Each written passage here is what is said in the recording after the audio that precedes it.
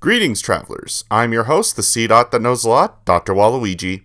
Well, folks, we're getting nearer to my 100th episode. I honestly never thought I'd get this far on my channel, and I never thought I'd reach as many as 70 subscribers, which I know might not be a lot, but to me, it really shows how far I've come as an entertainer, and it does make me happy that so many of you like my content. So I just wanted to say thank you all for sticking with me for 100 episodes of this show. But before I get to my 100th episode, I will be discussing another top 50 focusing on something that's personal to me. And for this top 50 list, I've decided that I want to talk about a show that is near and dear to me, as it was the first show I became a die-hard fan of, and that was Thomas the Tank Engine. As a kid, this was the earliest show I remember watching with both of my brothers, my sister, and my parents, as being the youngest, they had bought the toys and VHS tapes for my older siblings.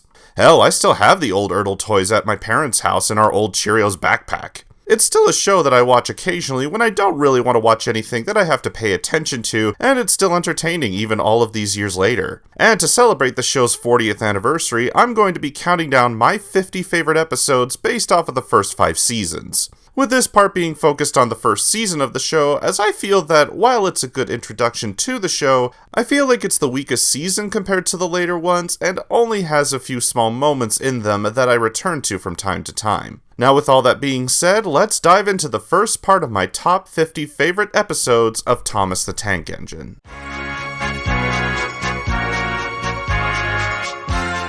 Number 50. Gordon Takes a Dip. First thing I should explain is that I'll be calling each episode by their North American name, as that's what I knew these episodes as. For this episode, I like it for the comedic side the show was known for. Gordon, the big blue engine, is acting like a grump and decides he doesn't want to pull a goods train as he finds it beneath him. So he tries to jam the turntable at Tidmouth Sheds, but ends up falling into a ditch where Sir Topham Hatt leaves him till later in the night to think about what he's done. I think the one thing that made the North American version superior over the UK version was that the narrator was much better. Don't get me wrong, I like Ringo Starr in certain episodes, but I think what made the show more entertaining for me was that George Carlin had a much more expressive voice to work with. While Ringo's voice was very dull and was stuck in a low monotone voice that just didn't work for this show, and this episode is a good example with a scene where Gordon is being mocked by some boys when he falls into the ditch and they sing a song about him falling into said ditch. The version that Ringo sings is just okay, but the version by George is a lot funnier to me as he sings it with more of a pep in his voice. Other than that, I do like the ending of this episode with Henry and James pulling Gordon out of the ditch, as it showed just how amazing the sets looked at night and the amazing music that was filled throughout the series.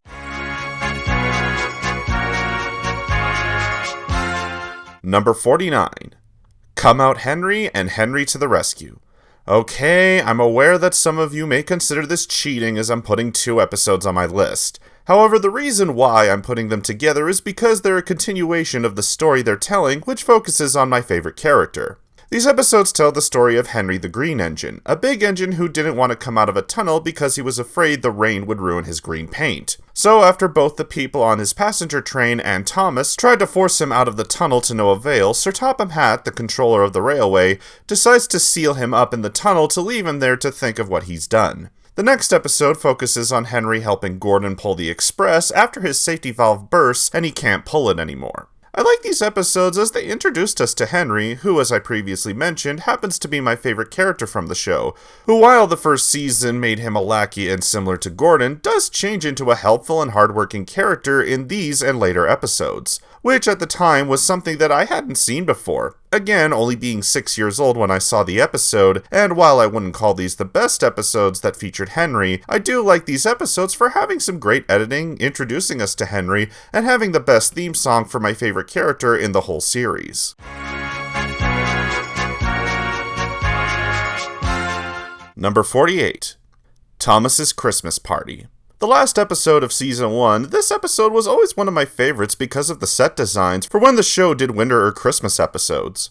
Thomas talks to the other engines about having a big Christmas party for a friend of theirs, Mrs. Kindly, as a thank you for helping save Thomas and the others from a landslide. However, Sir Topham Hatt tells them that she's been snowed in and the engines, along with Terence the tractor, must take some workmen to help dig her out of her cottage. Like I said, the set designs for when the show did winter episodes look so beautiful to me. I'm aware that the snow was probably something that looked like flour or sugar frosting, but I like the way the creators were able to make the sets look so realistic with all of the snow on the buildings and the trees. Plus, I like the ending where the creators gave the trains and other characters cute little Santa hats to wear. It just warms my heart and makes me nostalgic for wintertime when I was a kid and having a nice warm bowl of soup while watching my favorite show.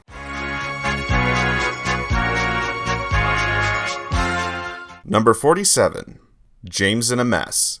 The first episode on my list that focuses on my favorite character when I was a kid, James the Red Engine. In this episode, James calls the newest engine and his coach, Toby and Henrietta, dirty objects as he feels they are too old to be really useful and that he is more important because of how new and perfect his paint job is.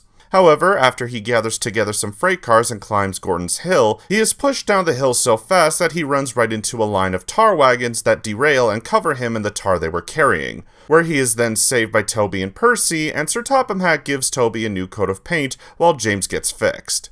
If the sets are just one reason I like the older seasons of Thomas and Friends, then the other reason is that the crashes were amazing to watch. The way the creators made the trains crash felt like you could really feel the impact of when they would hit something, and the aftermath always being a completely grand disaster area. It was always a sight to behold as a kid, and I still love any of the episodes that have a crash in them whenever I rewatch them.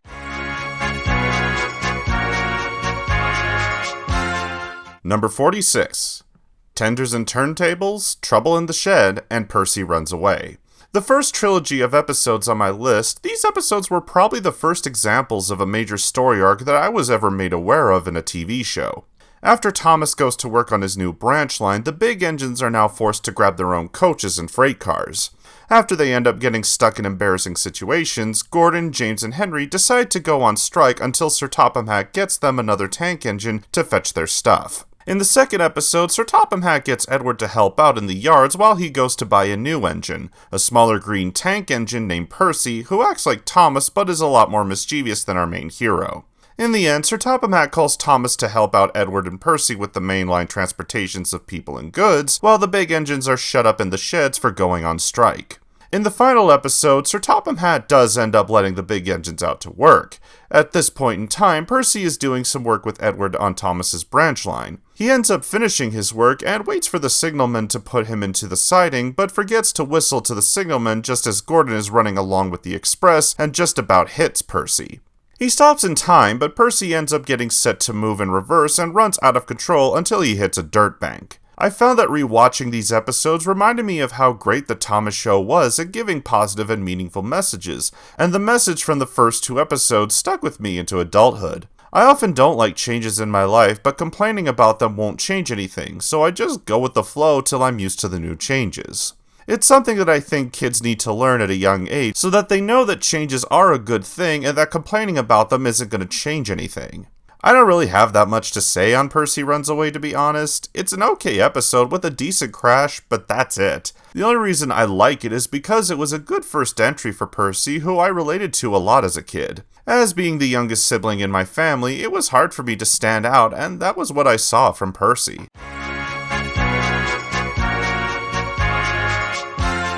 Number 45. Thomas Goes Fishing. Probably one of the most recognizable episodes from the show that's still funny when I come back to rewatch Season 1.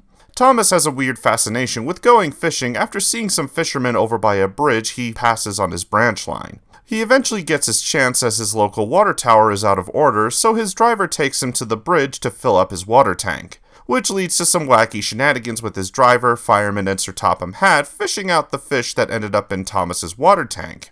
I remember liking this episode mostly because of the sets of the river, as it looked really cool, as well as the scene where they had to get the water for Thomas, as the music was fun to listen to. Plus, the close-up moments of the bucket showing the detail of the driver and fireman pouring the water into Thomas's tank looked so real, which was something I don't think I'd ever seen in any shows I watched as a kid or since. Finally, I like the ending of this episode where Sir Topham Hatt and the others get the fish out of Thomas's tank and have a nice lunch. It's just a cute moment that makes this episode all the funnier to watch.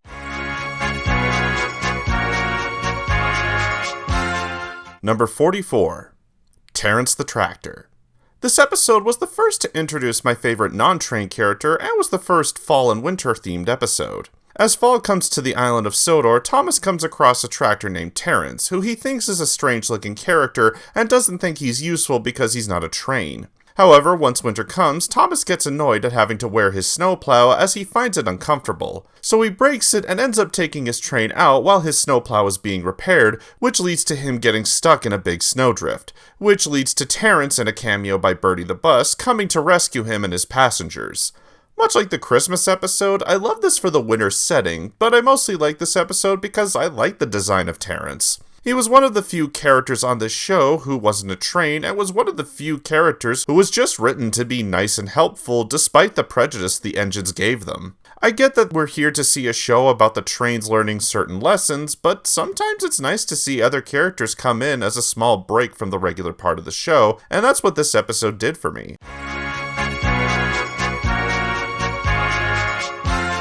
Number 43. Toby the Tram Engine and Thomas Breaks the Rules. As someone who loved the designs of trains thanks to this show, I think that the most unique and fun character that I was drawn to was Toby. He was the first character I latched onto because, while he looked different and was portrayed as being old, that didn't make him any less useful than the other engines, and that really stuck out to me in these two episodes as well as James in a Mess.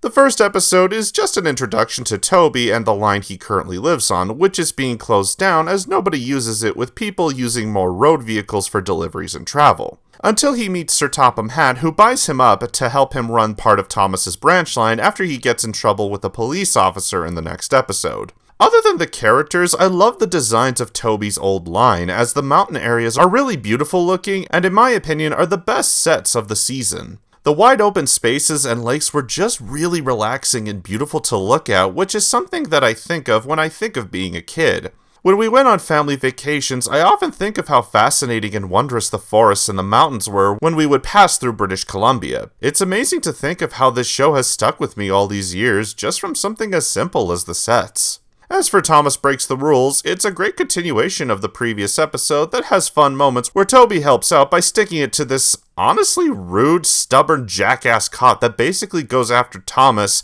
because he woke him up from his nap. Like, dude, I get sometimes I get tired from not getting enough sleep, and I'd be mad too if someone woke me up from my nap, but you're out in the middle of nowhere on an island that's only had maybe 1 or 2 incidents of law breaking. Lighten up.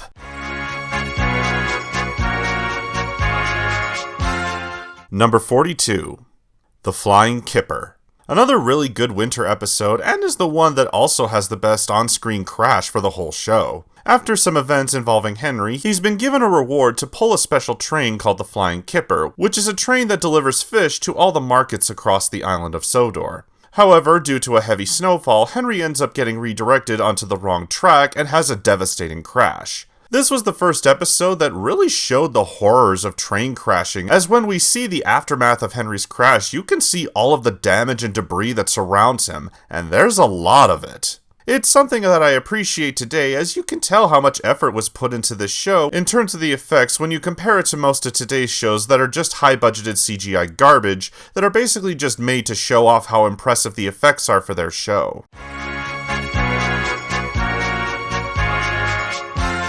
Number 41. Thomas Saves the Day. Out of all of the episodes of Season 1, this is the one that I remember liking the most because of the writing, and the crash is one of the best the show had, though not as good as the Flying Kipper's crash.